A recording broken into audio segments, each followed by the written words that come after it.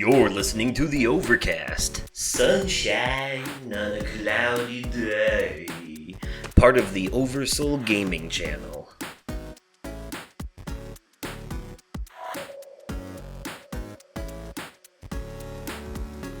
Hello there, everyone, and welcome to the Overcast, the entertainment podcast focused on fun. I am your host, Justin, aka Oversoul, and I'm bringing you sunshine on a cloudy day. That's right, it's just me today, it's just me this time, just me in this episode. My co-host will not be joining us today as he has a busy life at the moment and a bunch of things going on, and sometimes it just be like that. He needed a little break, he needed to give his brain a little rest, a little time away. So, anyways, I will be doing a Oversolo episode, as it were. So, real quick life updates. In the previous episode, I made it sound all doom and gloom, but if you've watched my latest update video on YouTube, and look, I know that not everyone who listens to the podcast watches the videos, and not everyone who watches the videos listens to the podcast. But there is some crossover, there is some overlap, and for that reason I must address both audiences at once sometimes. So bear with me if you're only on one side of things or the other, because sometimes there are things that apply to both. But anyways, so if you watched my latest update video on YouTube, you already know this. But if not, if you're only a podcast listener, then in the last episode you heard that things weren't going so good for me, a little doomy and gloomy in terms of the apartment hunt and all that, and time was running short. But I am happy to say that as of like a week or so ago, things have been much better. Actually, I think it'll be exactly a week tomorrow at the time of recording this. Right now it's Wednesday the 12th, and at the time of recording this, tomorrow will be Thursday the 13th, and that is exactly a week from when I got my current apartment and moved into it, basically. I actually signed the lease a week ago, I would say. Or no, maybe it was that morning. Yeah, it was that morning. It was the same day I moved in, actually. So, August 31st. Which was the same day I had to move out of the last place, so the timing could not have been better. Literally, on the last possible day, I got the phone call. They're like, hey, you got the place. And I'm like, Final Fantasy Victory fanfare music! You know? It was happy. It was happy times. So, I'm glad about that. Obviously, not having to worry about staying in a hotel or worse.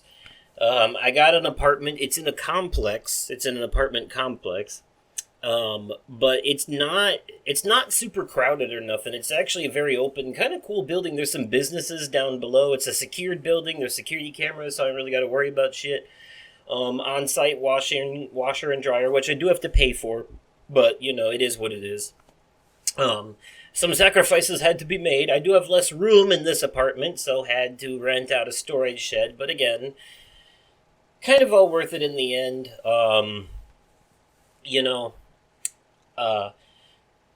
So it's cozy. It's an open floor plan, so you come in and it's the living room, and then there's a kitchen to the side and all that fun stuff. 2 bedrooms, bathroom, yada yada. It's a very cat-friendly apartment, so having the cats around, there's pretty much everyone who lives here owns a cat, I think. And sometimes the landlord lives on site, and her cat sometimes kind of just roams the halls, so... So that's interesting. I had a funny thought, like the landlord lives on site, and she lets her cat roam the halls, right? I had a funny thought that, like, if it was like a cartoon or something, like the landlord would be like an evil villain, and the cat would be like the little henchman, and the cat's roaming the halls because it's actually spying on people and reporting back to its master. But no, not like that. Unlike my previous landlord and the one that I was going to rent from before things went wrong. This landlord here at this apartment complex is actually really nice. Very nice lady. Guess what? No pet deposit, which was a positive. The rent is like $675 a month, which is about a $200 jump from what I was paying at the old place for, less space and all that. But like at the time I rented that last place, it was like before COVID, and I got super, super lucky. Now things have changed. I guarantee you, after my old landlord fixes up the place I was in and gets it all up to he's either gonna like cut his losses and let it get condemned, or he's gonna renovate it and then like charge way more than it's worth. But it is what it is. Not my problem anymore. Not my pig, not my farm, as they say. So I am out of that mess and I'm putting it all behind me. And since work is back to the school year and I'm doing a run that I like and everything is normal, all that, and I mean, there's still, like, yesterday at work, there was, like, a volleyball game that I had to clean up after, and God, the gym was an absolute disaster after that volleyball game. And then there was the swim meet where we're having like a pasta dinner in the middle of the hallway. Yeah, the swim team, they just put like tables and chairs out in the middle of the hallway, and they were like, yeah, we're gonna just have a pasta dinner here. So yeah, there was some mess to clean, but like I still don't mind it because I'm still going into work at like 2 p.m. Instead of 5 in the morning. I'm a night person, so that's better for me. And although I'm working 5 days a week, it's 8 hours a day instead of 10. So going in at 5 in the morning, working 10 hours, and doing mostly physical labor shit where you're moving desks around, waxing floors and stuff in the middle of the summer when the heat is at its peak is an absolute nightmare. That's the only part of this job I hate, but the rest of it, it's fine. The rest of it's good. It appeals to me during the school year. I'm by myself most of the night. I am doing a task that is routine but not repetitive, if that makes any sense. Because things can be a little different every night. Sometimes I'll go into one of the music classrooms and I'll have to change the garbage, and other times I can just dump what's in the can into my can and not have to worry about it. Depends on what's in there. It's a surprise every time, like a mystery grab bag. Let's play a game of what's in the garbage tonight. Oh no, but seriously, wow, that sounds terrible. That makes it sound like I'm just like digging through there to find good shit and keep it. It's funny though because like, and I don't actually do that. That's disgusting. I hope no one does that. But, well, I do know some people like dumpster dive behind GameStop and shit, and they have found like really good things. That's understandable, even though it's illegal. Don't do that. I'm not condoning it. I'm not condoning it either. You know what I'm saying? But no, seriously though. But I will say that sometimes kids lose or leave behind the craziest shit. Like, I know that, like, they're middle schoolers and they don't have a huge concept of finances and value, but, like, if I was their parents, I would be pissed at some of the shit that they leave behind. We're talking, like, I'm not just, like, yeah, sometimes they'll leave, like, unopened bottles of water just sitting around, and those you can, like, just stick in a fridge somewhere or something and preserve, but then sometimes they'll have, like, actual, like, their own personal water bottles that they left laying around, that, you gotta put up on a shelf somewhere and hope someone takes it. And then weeks will go by and no one will claim it, even though it's the same classes in there every day. And eventually you just gotta throw it away. It's such a waste, unfortunately. Sometimes clothing, too. Like, I've just find random hoodies and shoes and shit just strewn about on, like, the stairs and in the gym and stuff like that, and, it's insane. So, these kids are not responsible with their stuff at all. Entire Chromebooks, too, which they don't care about because the school is the one that lends those out to them, and, they're not actually there, so why do they care about, whether or not they, take care of it or not? Anyways, though, I digress. It's not, yeah, I'm not cleaning full-on classrooms anymore. I was last year, but this year I'm doing mostly, like I said before, the gym and locker rooms and the pool area and big classrooms like the band rooms. So I don't have to worry as much about the whole like wiping off all the desks and all the tedious like candy wrappers and shit laying everywhere. The gym is sometimes a mess, but last night there was a volleyball game in there, like I said, so of course it was a mess because they were selling concessions and the public came to watch. So like when I went to go clean it, it was just like half drank bottles of Pepsi and like chip wrappers and stuff like that laying around. Found a couple of armbands and shit. So, yep, all going straight to the trash. Nothing can be done about it. So, I will say I like running the floor scrubber at night, though. That thing's kind of fun to push around. Not gonna lie. But where was I going with this? Oh yeah. So the job is fine. The new apartment is fine. Everything's good. Everything's back to normal. I just been kind of, after all the excitement and the stress of the last couple of months, I've been trying to take some time to just slow down and take it easy and take it slow. Yes, but the other part of that is that I'm back to normal on YouTube, back to a normal schedule. At the moment, at the time of recording this, there was a new episode of Danganronpa released earlier this week. I think I might have put something out last week as well, and or I worked on it or something. I got my mojo back, I got my motivation back, I care again. So, hopefully that all turns out well and good. But, yes. That's pretty much all I had for the life updates.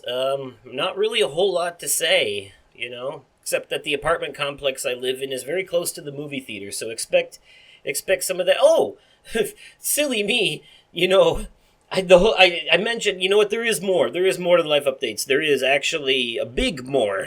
Do not let me forget. I know, even though he's not on this episode, Nick is listening to this episode, and he would be mad if I didn't mention this. He came over this past weekend to hang out for a bit, as part of his R&R, and we could have recorded an episode together while he was here. We could have done something, but, here's the thing, right? He also brought the girl that he told us about, Sarah, that he met at Six Flags. He mentioned a few episodes ago in his life updates. That he brought her with him. Or she brought him here, is more accurate. But, yeah, she came out from Iowa to visit him, and they came out here to hang out with me for a while. We went out to this place out here called Union Dairy for lunch. Good food. It's like a little diner place. Good food. They're well known for their ice cream, though. They got all the ice cream, and, it's one of those places where, if you get a single scoop is really, fucking 3 scoops, you know what I mean? Or it's a single scoop, but it's a scoop the size of a bear's claw, they just slather that shit on there, flump, so we all got triple scoops, and if you get a triple scoop, you can get 3 different flavors in that, right? So it doesn't have to be 3 scoops of the same thing. You can do one of one, one of another, and one of another. So I did this combination that was cotton candy and bubblegum flavors, which went really well together. But also, there's this flavor called Play-Doh, which is Blue Moon. And if you don't know what Blue Moon is, that's a popular ice cream flavor out where I live. That's got kind of it's really hard to explain. It's got almost a cotton candy type flavor to it, but not quite. It says it's almond. From what I understand, it's an almond flavor, but it doesn't taste like almonds to me.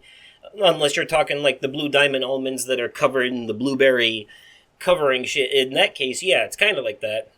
But no, Blue Moon ice cream is it's blue, hence the name. And yeah, it's got definitely a sweeter, I guess you could say almondy, but also kind of blue raspberry-ish and cotton candy-ish flavor to it. But anyways, you can get Blue Moon by itself, but there's also a flavor called Play-Doh that is Blue Moon with chunks of cookie dough in it. So we got that mixed, and that was a hell of a flavor. Anyways, I had a great cheddar bacon ranch chicken sandwich. I got the chicken on it fried too instead of grilled. Oh, that was so good. It had lettuce and tomato and mayonnaise and bacon, and oh, it was like a BLT with a piece of fried chicken in it, basically, and melted cheese. Oh, and ranch. It was so good.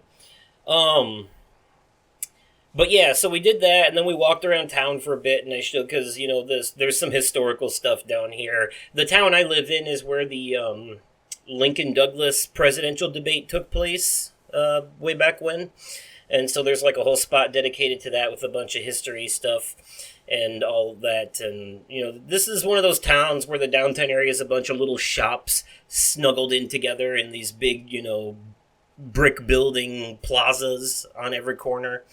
So that kind of ordeal. And we came back and we watched Strays, which I'll talk about a little bit in the media corner. We'll get to that later. But we watched that, and then we played some Super Mario Party Superstars, the newest one for the Switch that made my... Did it make my top 10 games that year? I think it might have, maybe. I think maybe. I don't know, I can't remember. But anyways, yeah, we played some of that, and that was cool. And if I remember correctly, Sarah won. So yeah, congrats on that. It was a tight round though. There was a lot of back and forth. I went from first to fourth by the end of it, and I think she went from like fourth to first. It was a huge upset. That's what they call it in sports, an upset. Yeah, that's right. I know a sports term. Kind of. Anyways. So, yeah. Now that's the end of the life updates. On to the media corner. One is the loneliest number that you'll ever do. Alright, everyone. Here we are at the media corner, the part of the show where we talk about the things that we've watched or played or listened to or read lately, and do a little mini review of them, or discuss any media-related news that has come to mind as of late. And I have to start off with a bit of pop culture news, a bit of sad news. It's week-old news at this point, but you know what? It is what it is with me. But Steve Harwell, the founding lead singer of Smash Mouth, has passed away. He was struggling with various health issues. He was 56 years old. He passed away peacefully on September 4th, surrounded by family and friends at his home in Boise, Idaho. So, that is unfortunate. Anytime I think of Smash Mouth, I automatically think of Shrek. Just because they were there for the opening and the ending. And it's just, man, that around the time the first Shrek movie came out, that Hey Now All-Star song was like super, super popular, and I don't know if it was like they put it in the movie because it was popular or if the movie made it popular, but damn, that song took off on the charts around that time. Absolutely crazy. To this day, I still enjoy the original Shrek, and not for stupid edgelord meme purposes, bleh, but rather because it's actually a genuinely good movie, if I'm being honest. Yeah, there's a bit of raunchy humor in there, it's definitely adult, but like, from a story structure perspective, and, from a comedy perspective and all that, it holds up, I think. In a lot of ways, it definitely does, And it led to a lot of good sequels. Shrek 2 is actually pretty good. They started going downhill after that. But then some of the Puss in Boots movies are pretty good, too, especially the last one, that last woof. But anyways, I digress. This is unfortunate. We lost a legend. Well, people like to meme and make fun of Smash Mouth and all that, but look, like, if you grew up in the 90s, it was just part of your childhood, There was a lot of nostalgia surrounding it, and now it's gone. Now he's gone, I mean, I'm sure they could get a new lead singer, but it wouldn't be the same. So, That is sad news. And what with this being a entertainment podcast focused on fun, I don't want to dwell on the sad too much. So we'll do a little bit of a juxtaposition. Now I mentioned earlier when Nick was here this past weekend, and he brought his girlfriend Sarah with him. We watched Strays. Now, I asked Nick if he had anything to say about the movie that he'd like to share. Um, he did not, because he was admittedly falling asleep on and off a little bit while watching the movie. Not that he found it boring or that the movie not like a knock on the movie itself, but more of a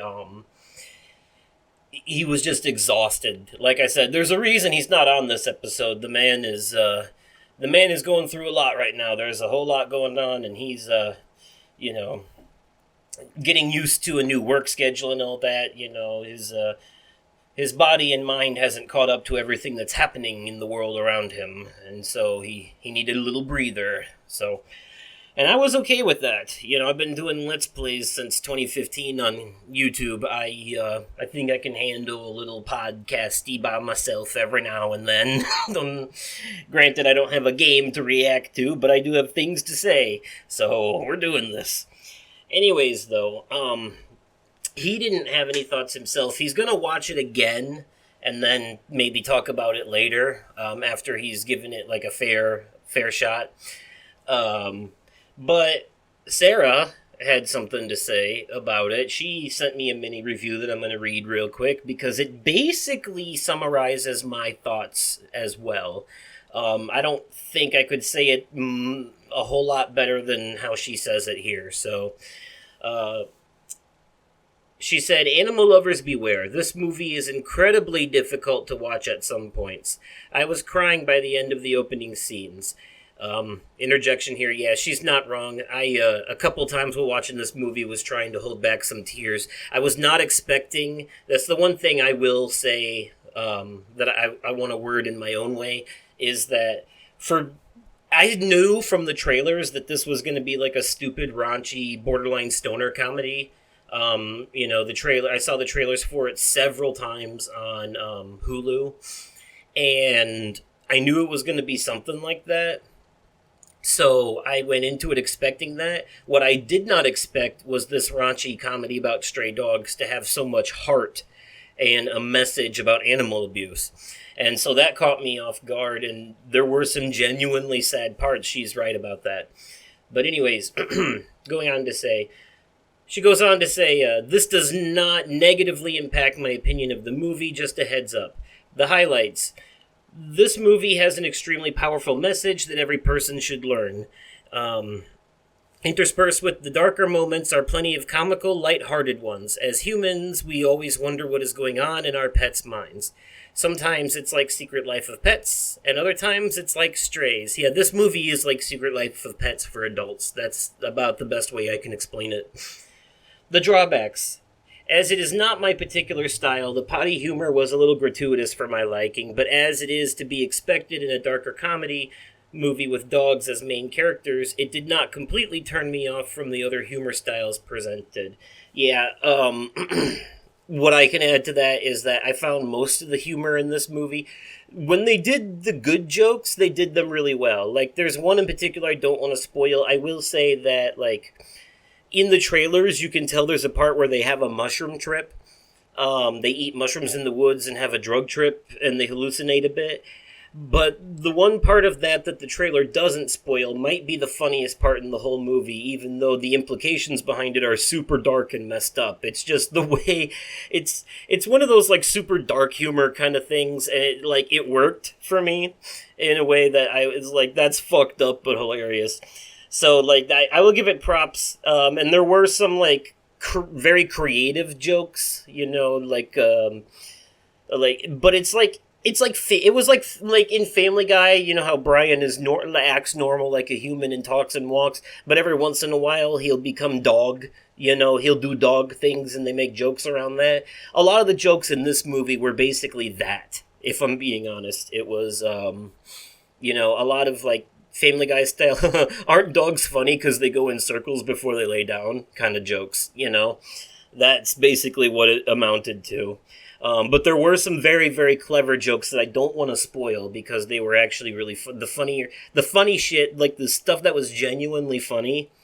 I don't want to spoil, but I will say that the movie is very one note when it comes to the type of comedy that it's going. Like, it basically repeats the same joke the whole movie. And there are a lot more F-bombs than there need to be. Like, I'm not bothered by that kind of thing, really, but, like, it's off-putting coming out of cute dog faces, which I get is the point, It's like Seth Rogen's Sausage Party movie, which was a parody of Pixar movies. It's meant to look like a kid's movie, but not be, that kind of thing. Because this is definitely not for kids. It was never advertised as a movie for kids. But anyways, and she concludes by saying, all in all, a solid movie choice, but definitely not child-friendly, in any capacity. A good deep think piece with plenty of comedic relief to make the heavy topics bearable. Yeah, now she gave it an 8 out of 10, which is very generous, because I'm giving it a 7 out of 10. Which is only one number below. And look, before you jump down my throat, listen.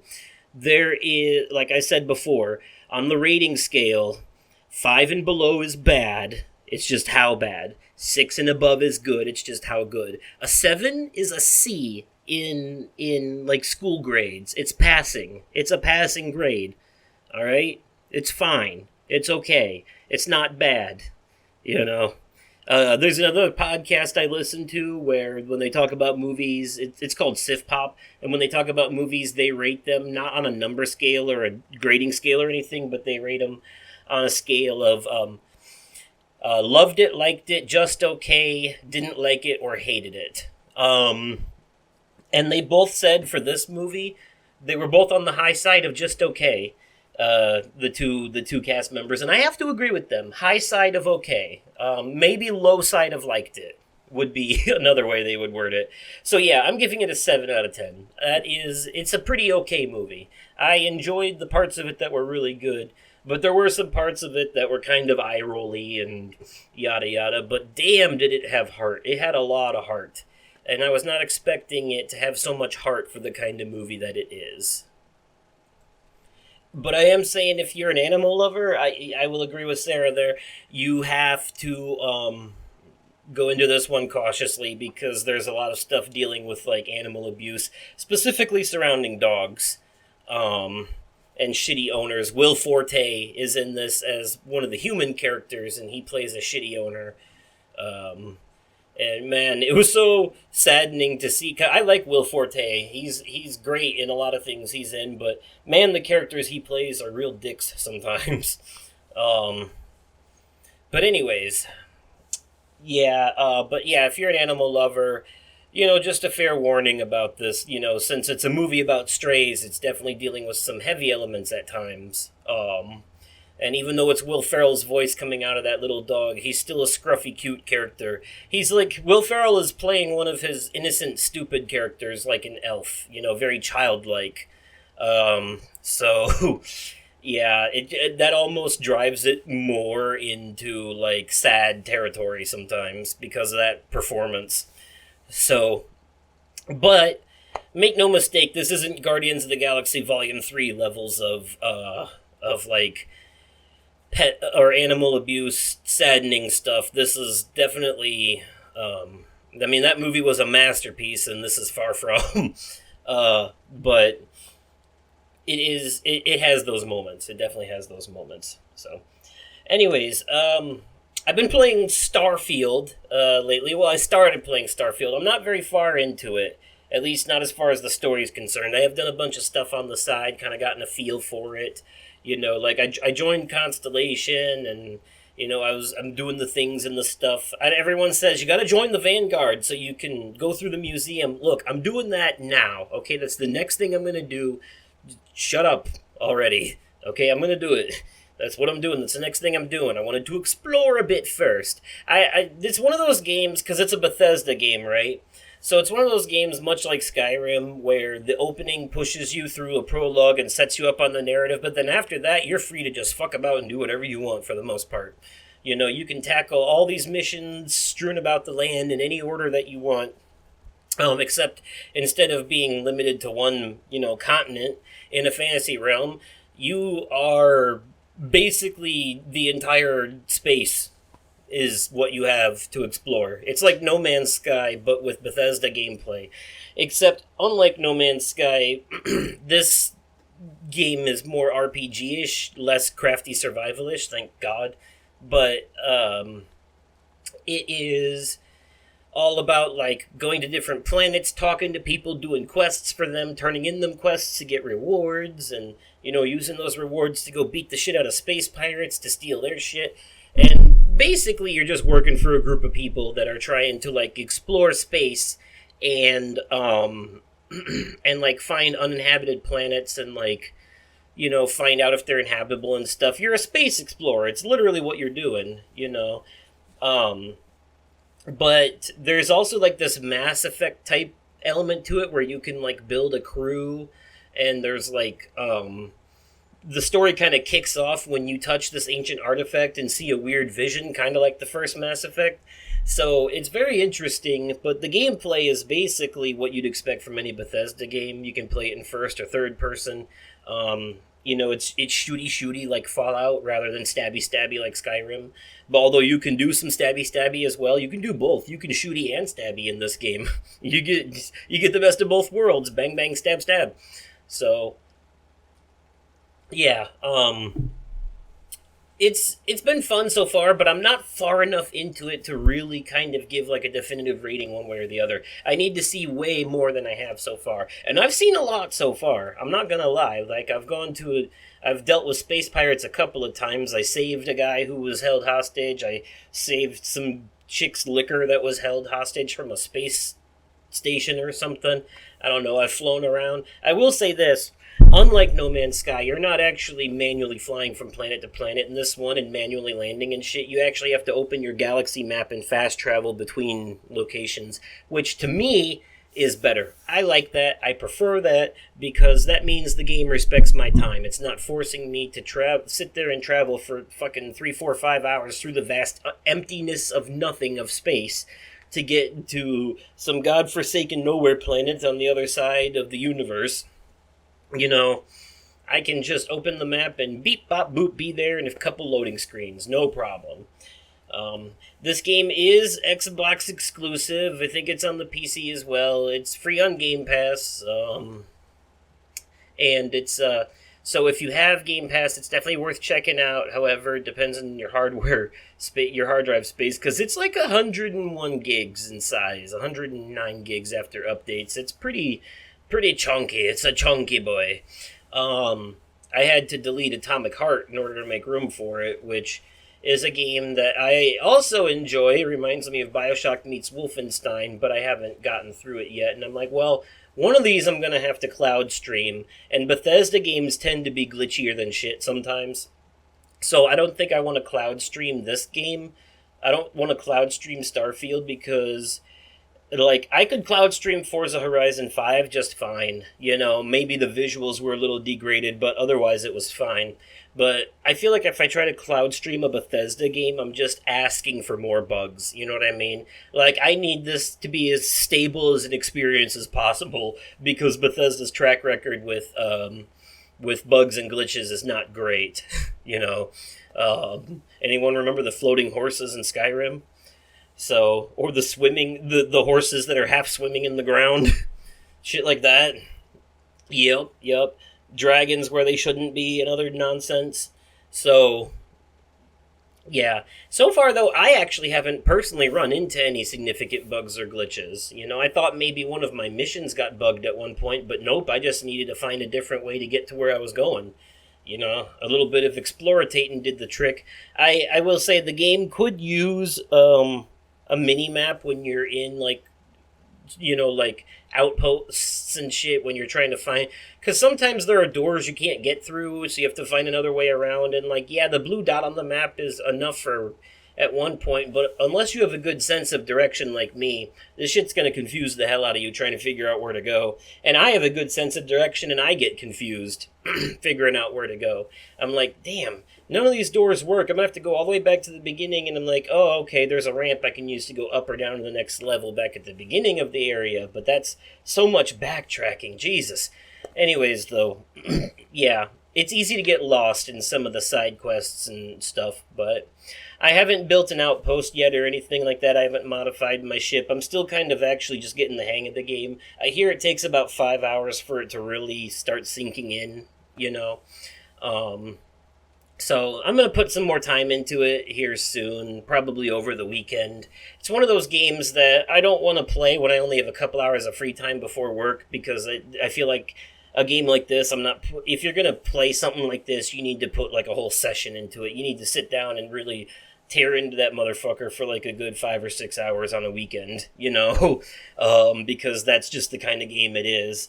It's not. I have other games for short bursts, like games with mission based gameplay, like Final Fantasy X-2, or rhythm games where you can just play a couple songs and then be done with it for the day, that kind of shit. Mobile games where I'd play a couple missions and be done with it.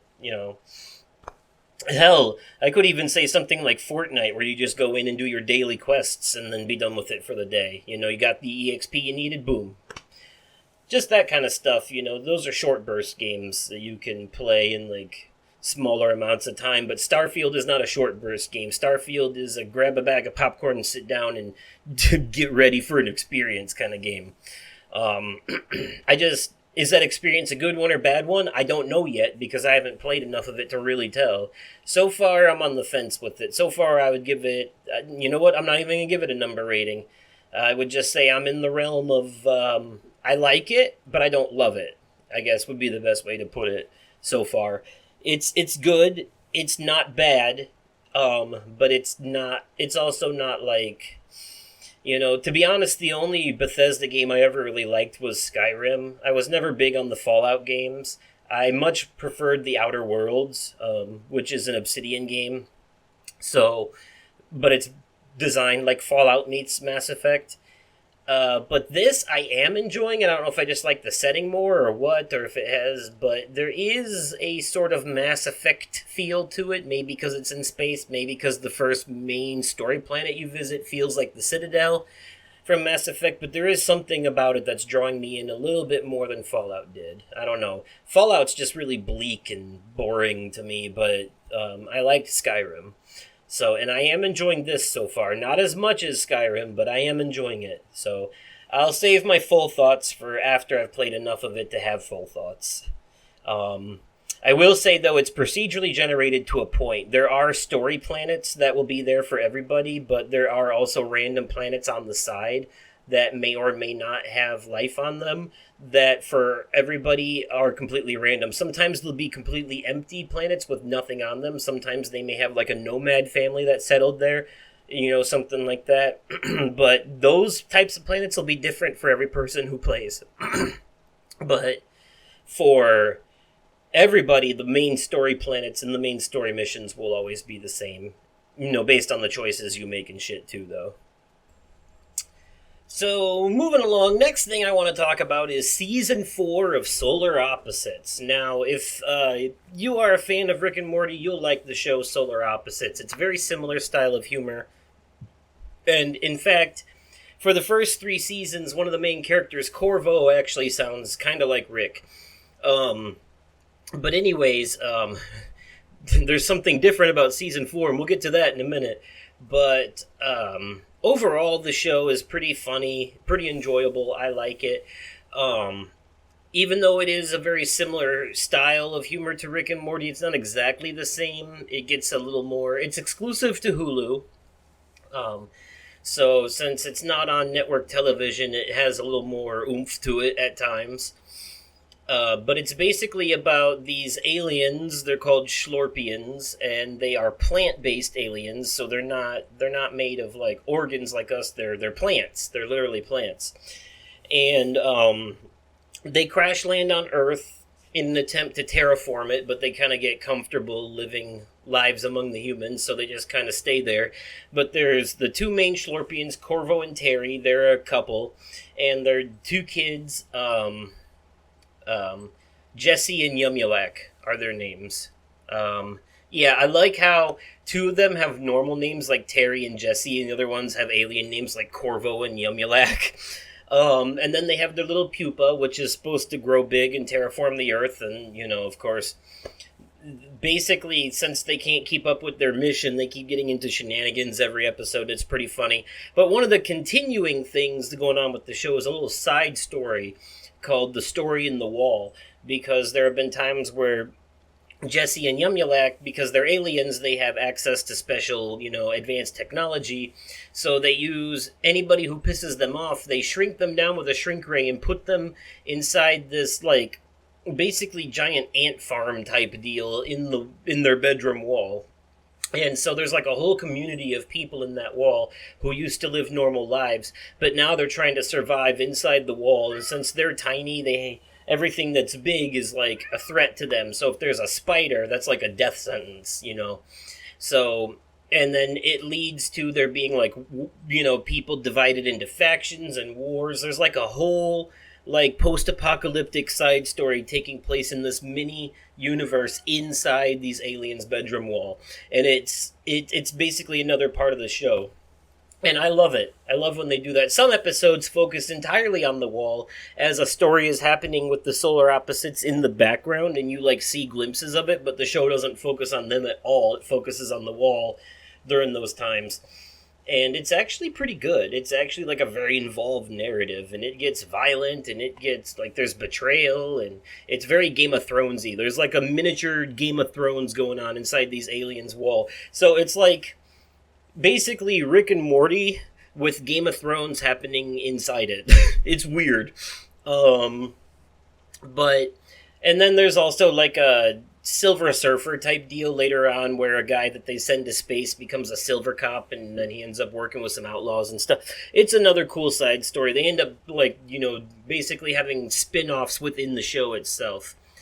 But the reason I mentioned season 4 is because it's really good, and because the reason Corvo sounded like Rick from Rick and Morty is because he was voiced by Justin Roiland, who was also a co-creator of the show. But Hulu cut ties with him after all the domestic abuse stuff came out, and so they decided to replace him.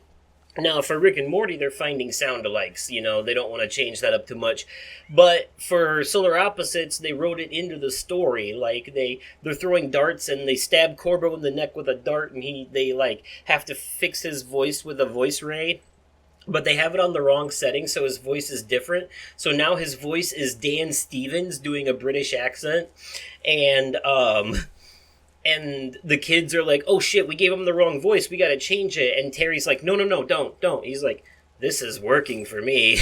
And so he's like, so they decide to keep him with the new voice because his husband is into it, So that they write it into the story that his voice changes, and it's pretty fucking funny, actually. They even, break the fourth wall in the opening credits of the episode to explain that his voice is because of some weird alien technology bullshit, yada yada, that his voice is going to be new in flashbacks as well. So, I thought that was kind of funny.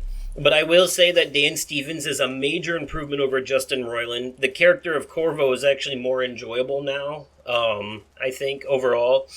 It's pretty funny. I think he's actually funnier than Justin Roiland was as this character, and is an overall improvement to the show, if I'm being honest. So it's not too hard to mimic Justin Roiland's sense of humor anyways. You just gotta stutter a lot and say funny words like glorpy dorp. But Dan Stevens taking over kind of changes Corvo's whole character. He doesn't talk like that anymore. He talks, with a British accent now, and smooth and normal. He still complains and yells a lot because that's his character, but the way it's played up, it kind of comes across more different, and actually it makes him seem more genuine when he learns a lesson, too. I think it's an improvement. I really do. I think it's I think it's a good shift, a good tone change for the show overall. Sometimes you just gotta cut toxic people out, and that goes for movie studios and shit, and TV producers and shit too. So, Speaking of the movie and TV stuff and all that, I don't have any specifics in front of me right now, but last I heard hoping they were hoping to come to a they were hoping to come to an agreement for the strikes that are happening in Hollywood here soon. But a quick Google search tells me from NBC News 19 hours ago that there's still no end in sight for the Hollywood strikes. So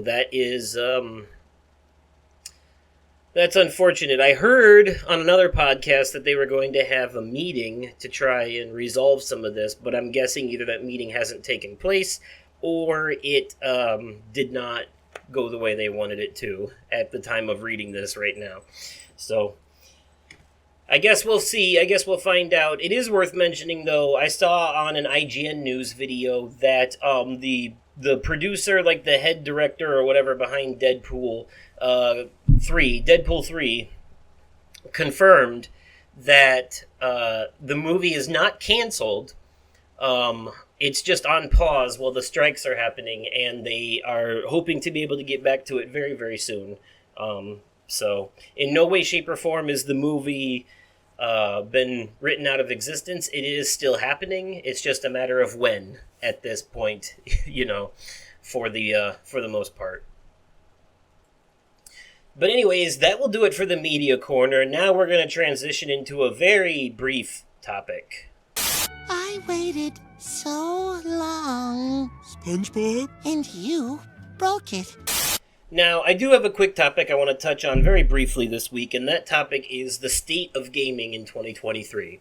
I just want to take a quick look at the state of gaming and video games and the game companies themselves in 2023. Let's start with the games first. First of all, this has been a fantastic fucking year for video games. I will say that.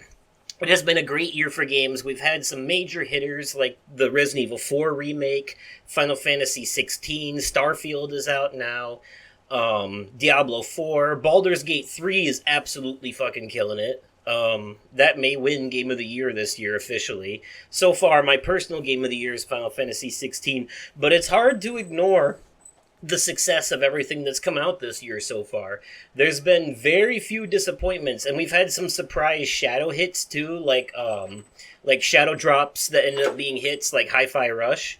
Definitely a recommend there, And the year's not over yet. We still have Spider-Man 2 coming out, Alan Wake 2 coming out, Assassin's Creed Mirage. There is still plenty of room for major hitters this year.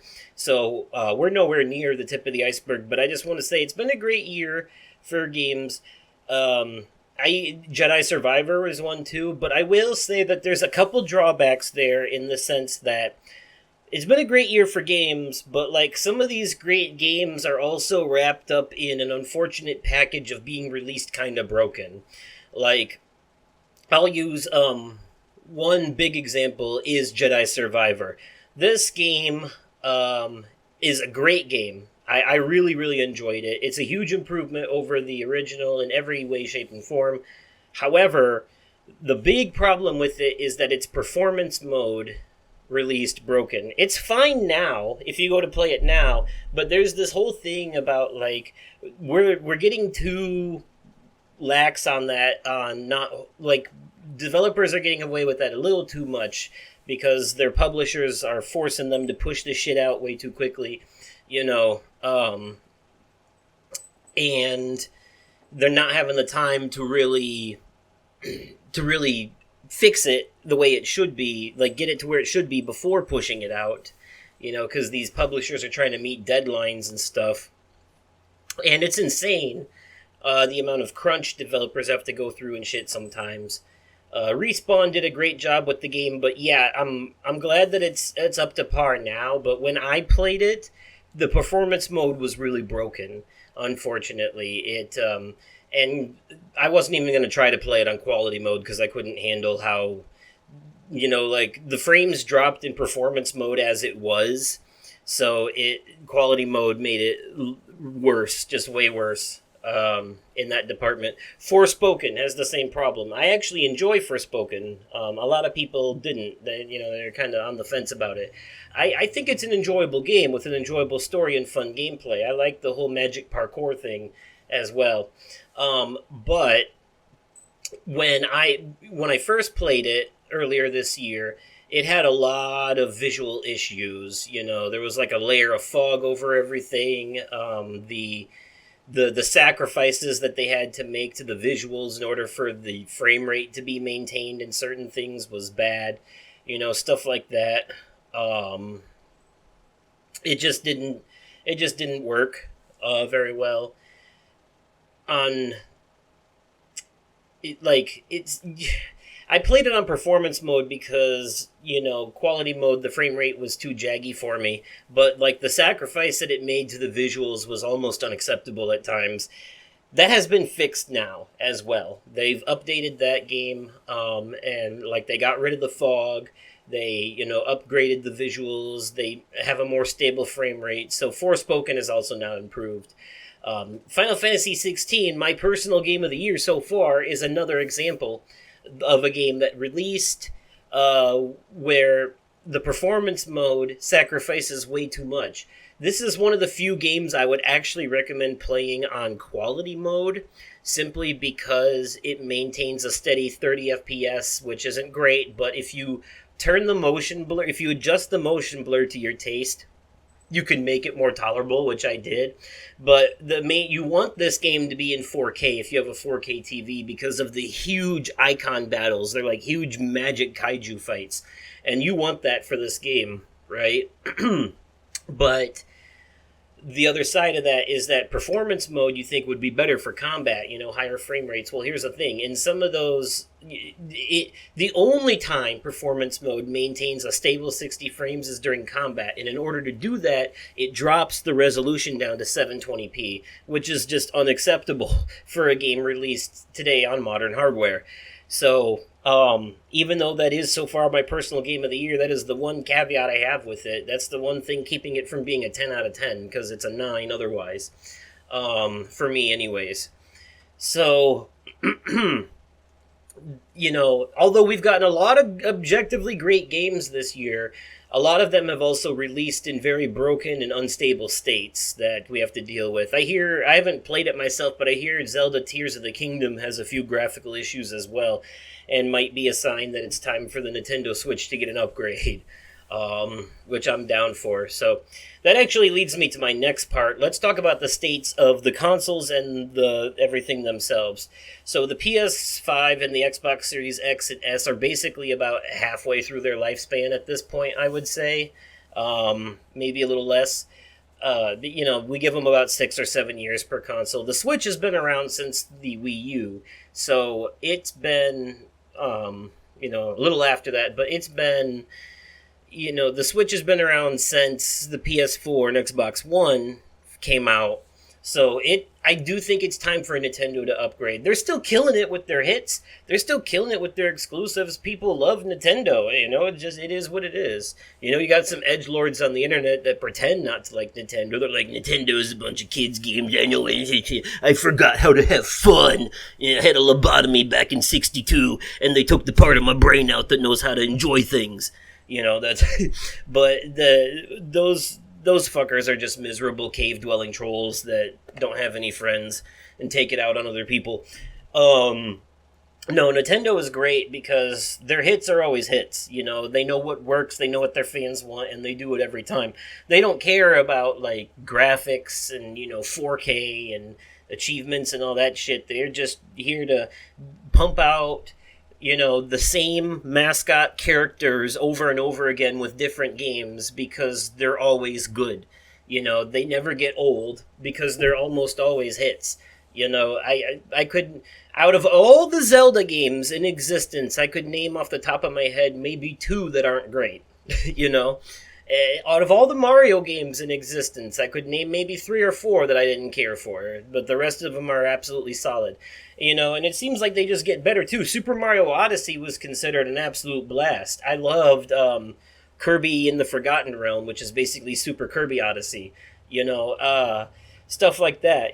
People are losing their shit over the next Metroid Prime whenever it finally comes. Breath of the Wild and Tears of the Kingdom have been hits from what I hear.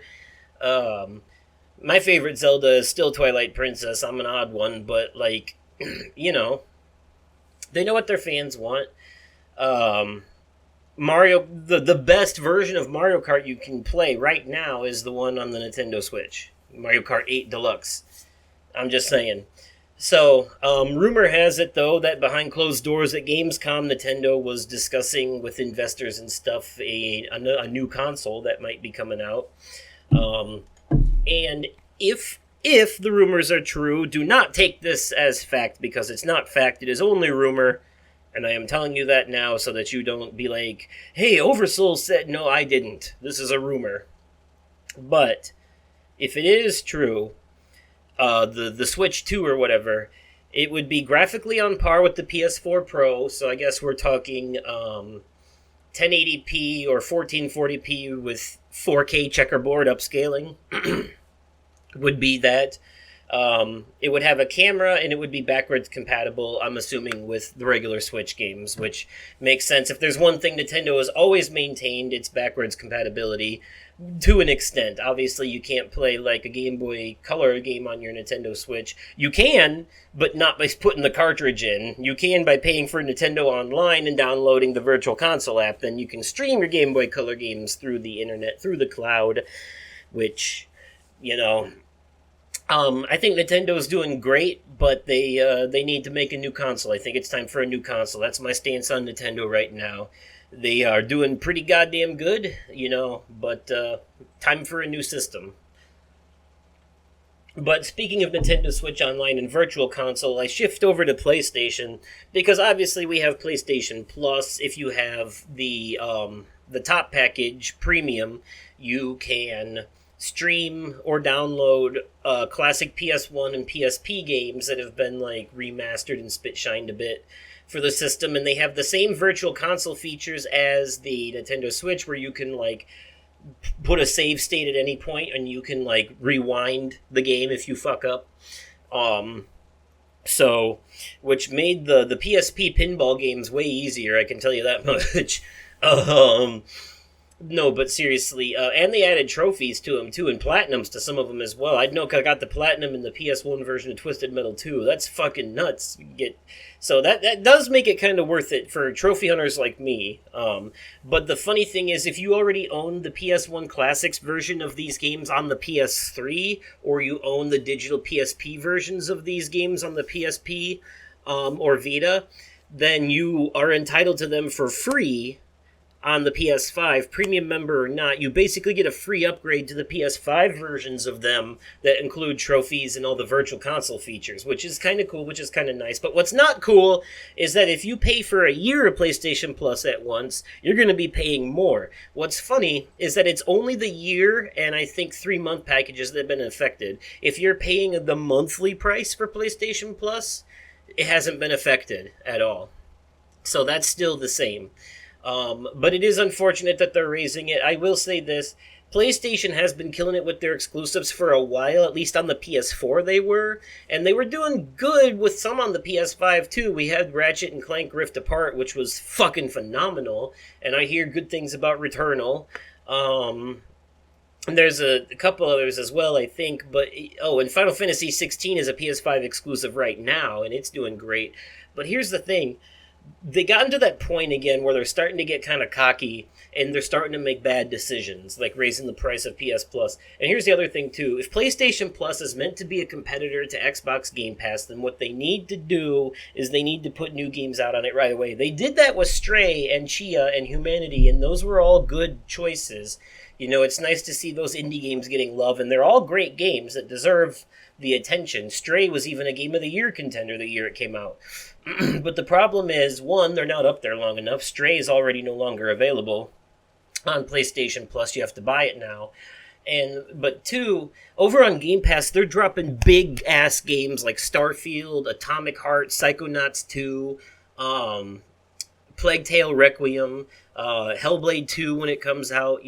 They need to be doing the same thing over on PlayStation. But Jim Ryan, who I cannot stand, is all like, nah, we're not going to do that because it'll degrade the quality of the games. Meanwhile, he's playing it safe with his exclusives by making sure that every single PlayStation exclusive at this point is either a sequel or another. Every PlayStation game is The Last of Us now. Every main character is like a bow and arrow wielding child or something. You know, it's basically they found a niche and they decided to stick with it, and I would like to see them get a little more creative. You know, give me more Concrete Genie, give me more Killzone Shadowfall, you know, give me more stuff like that again. At this point, like, all their AAA big title games are kind of the same, or they're doing remakes like yeah, sure, the remake of The Last of Us Part 1, it could be argued that maybe it was necessary to make it more like the second game, and, you know, they were cashing in on the TV show and all that. But who asked for a remake of Horizon Zero Dawn? It still holds up. Even if you play the PS4 game on the PS5, it's got like a PS5 patch where it like has higher frame rate and looks better and shit. You know, same for The Last of Us Part 2. We don't need a PS5 version of that either, because it already looks and runs better on the PS5 anyways. The PS4 is not so old at this point that every game on it needs to be remade. I don't know why they're doing that. We need more creativity. When the PS4 came out, they were pumping out these hits. You know, they struck gold with Spider-Man, God of War, Horizon Zero Dawn, all that shit, Death Stranding. But now they're kind of like... I don't know, they're milking these franchises too much, I guess you could say. I mean, their exclusives are still great. Do not get me wrong. I'm excited for Spider-Man 2, for sure. You know, it looks phenomenal. Miles Morales was also great, but, like, it feels like PlayStation's starting to do that thing where they're getting too big for their britches again and they're going to pay for it soon. You know, it happened before, it'll happen again. It's like a cycle. They do this on repeat over and over again. I will say, though, I'm not putting the blame on PlayStation themselves. It's still my favorite system, still my favorite exclusives. The problem is their incompetent CEO, Jim Ryan. That man is, I tell you what, he's no Sean Layden. Sean Layden was great. Jim Ryan, not so much. I can't stand him. He makes terrible choices. He's a stupid man. I mean, I guess he's not stupid if he's a business CEO. I shouldn't say that. That's mean. But you know what? He doesn't know what the fans want. He's looking at everything from a business perspective. Sean Layden was more about giving the fans what they wanted. This man's more about giving investors what they want. And I can't stand that. I can't stand these business first people. Think of your consumers, you know. Love me some PlayStation, but I cannot stand their new leader. He's so out of touch. He's out of touch. He doesn't know what we actually want, you know. But anyways, so that's the stance on PlayStation right now. And Xbox, I think they're doing better. Starfield has been a good hit for them. They had a mess earlier this year with Redfall. Redfall came out and it was an absolute disaster. People weren't too happy with it. Xbox has been kind of a roller coaster. I have the Series S. It's a Game Pass machine. At this point, I have it almost exclusively for Game Pass games like Starfield.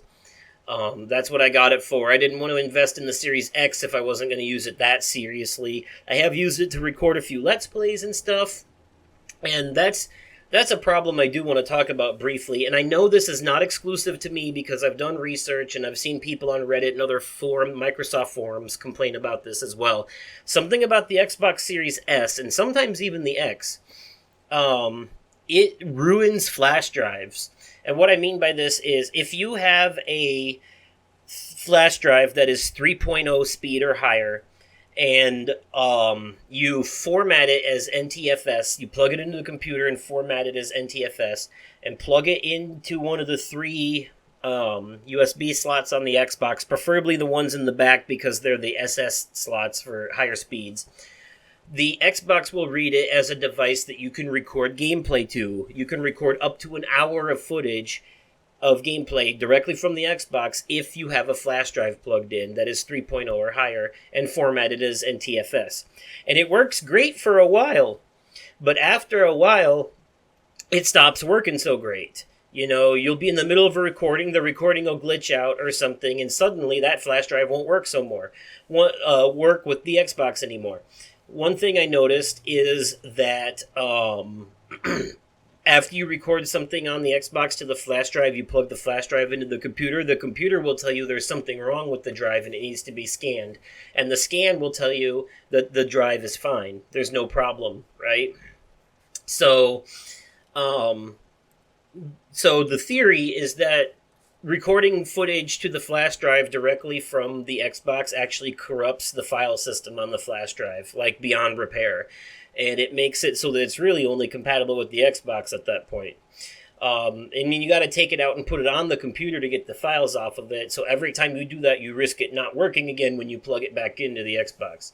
Sometimes you have to plug it in once or twice. And I know it's not just me, and I know it seems that not only is the flash drive itself affected, but also the USB ports for the Xbox. Now, here's the thing. If I plug in a USB device for, like, charging into one of those ports, like if I plug in a phone or I plug in, like, a rechargeable battery charger into one of those USB ports, any of them, it works fine, absolutely fine. But the moment I plug in a 3.0 or higher flash drive, suddenly the Xbox acts like it doesn't want to read it. It sees it for a minute, it'll briefly flash on, but then it'll flash off again. Like it sees it and then it disconnected it immediately. It's like you pulled it out back, like put it in and pulled it back out, even though it's still sticking in there.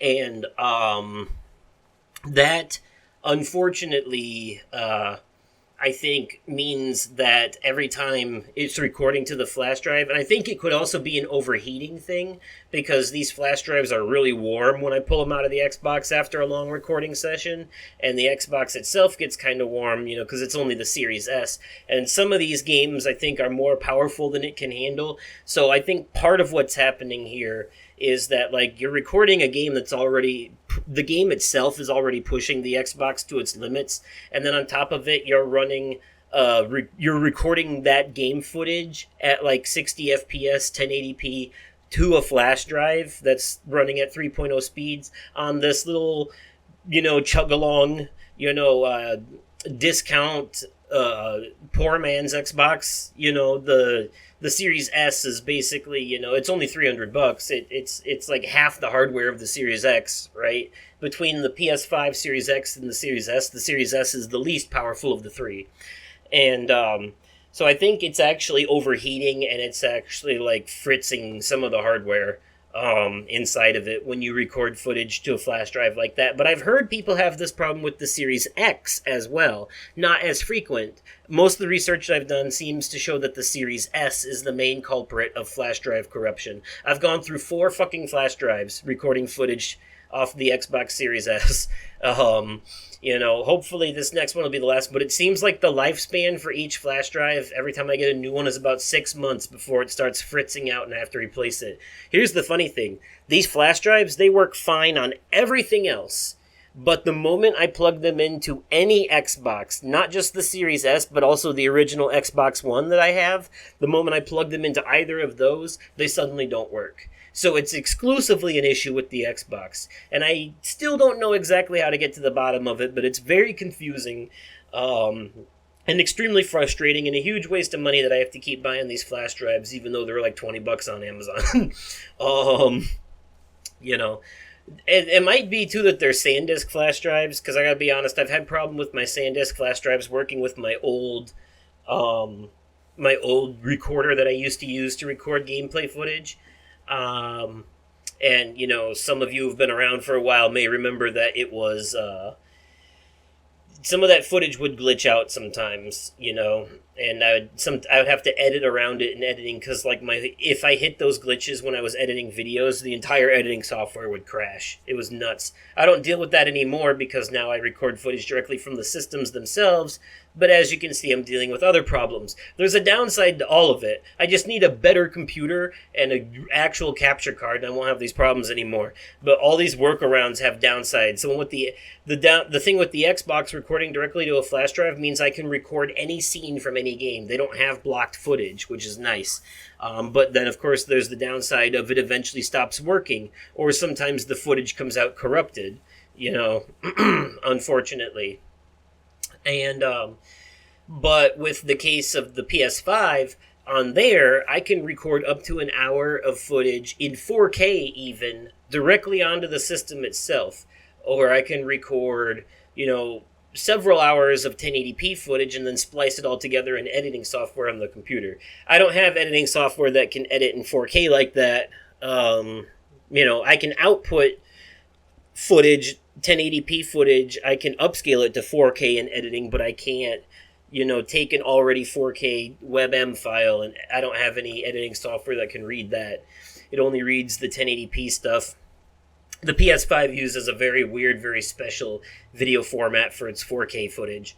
So, but anyways, I can record footage directly off the PS5, no problem. Sometimes I will run into problems where there's a blocked scene, like in a Final Fantasy game or something, but it's easy to work around that by just finding that scene on YouTube uploaded by someone else who used an actual capture card, download it, and import it into the Share Factory app on the PS5, which I can then use to splice it into the footage I recorded directly and then export the whole thing at 4K and upload it directly to YouTube from the system itself. It's very, very simple. Not as many problems there, but there are still downsides. On the PS5, you got potentially blocked scenes. On the Xbox, you got potentially corrupted flash drives. There's just no fucking winning. And with the Switch, I can't record more than 30 seconds at a time to that directly. There's no workaround for that, so I have to use my old capture device and just pray that it doesn't freak out, So, yeah. It's the sad life of a YouTuber. But anyways, back to Xbox themselves. Basic thing with them is that I think they're doing better. Obviously when the Xbox One came out, they kind of crashed for a while because of all the terrible choices that they made and were going to make. But eventually they brought it back around. They brought it back around, and Phil Spencer has been the best thing to ever happen to Xbox. I think what they're doing right now, though, is their thing is that they are basically out of desperation more than anything, they're snatching up as many developers as they possibly can. They're like, we're going to buy you, and we're going to buy you, and we're going to buy you. And they're just throwing all of these games on Game Pass. All these big name games, like I said, it's a great thing for us, the consumer, but there might be a downside to it to them as a company, which is to say that it's a huge loss of money for them in the long run, because they could be making a lot of profit if they actually sold these games, but putting them on Game Pass for people who already have the subscription, having not to pay extra for the game themselves, that is a huge chunk of revenue lost for them. But I don't think they're worried about that at the moment. I think they're more concerned about having a library of games worth talking about, like PlayStation does. They want to catch up to PlayStation in terms of exclusives, so that's why they have shit like Starfield right now. They're trying to, at any rate.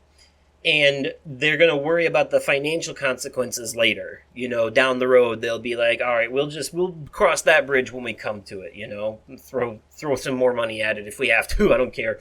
Right now it's more about getting these games in the hands of gamers. And I like that they are taking that approach because it's better for us as a consumer. I am, like I said, though, just worried about what it means for them as a company down the road, if that's going to be a continuing trend, or if the quality of Game Pass is going to decrease, because we've already noticed Game Pass price increased already. They got rid of how they do Xbox Game Pass, or how they do Xbox Live Gold. There is no more Xbox Gold by itself. If you want Gold to play online multiplayer, you have to have Game Pass Ultimate now. It's part of it. And Game Pass Ultimate includes Game Pass on the PC. So if you don't play Game Pass on the PC, and you don't do online multiplayer very much, there is another option for you, which is Game Pass Console. For $10 a month, you can get Game Pass on just the Xbox itself.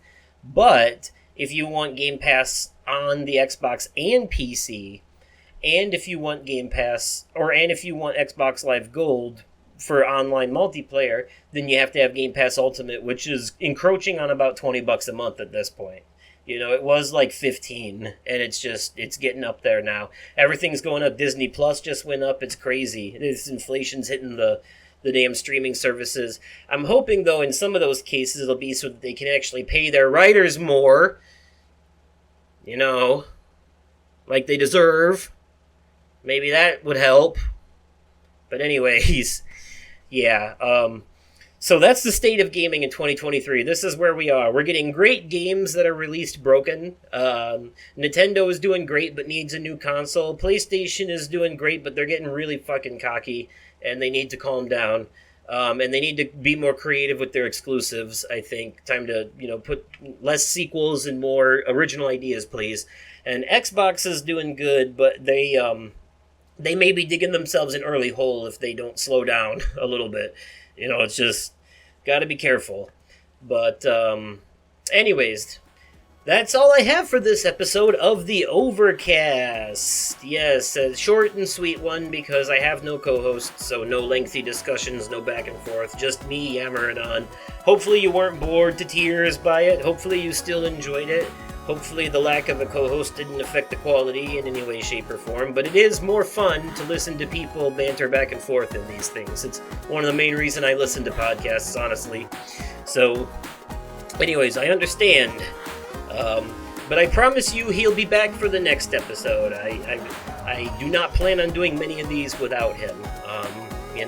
It's just he needed a break and I needed to get an episode out, so it just kind of worked that way time-wise, with everything that happened lately with the move and all that. It's just, yeah, it is what it is. But anyways, he'll be back, I'm hoping, in the next episode.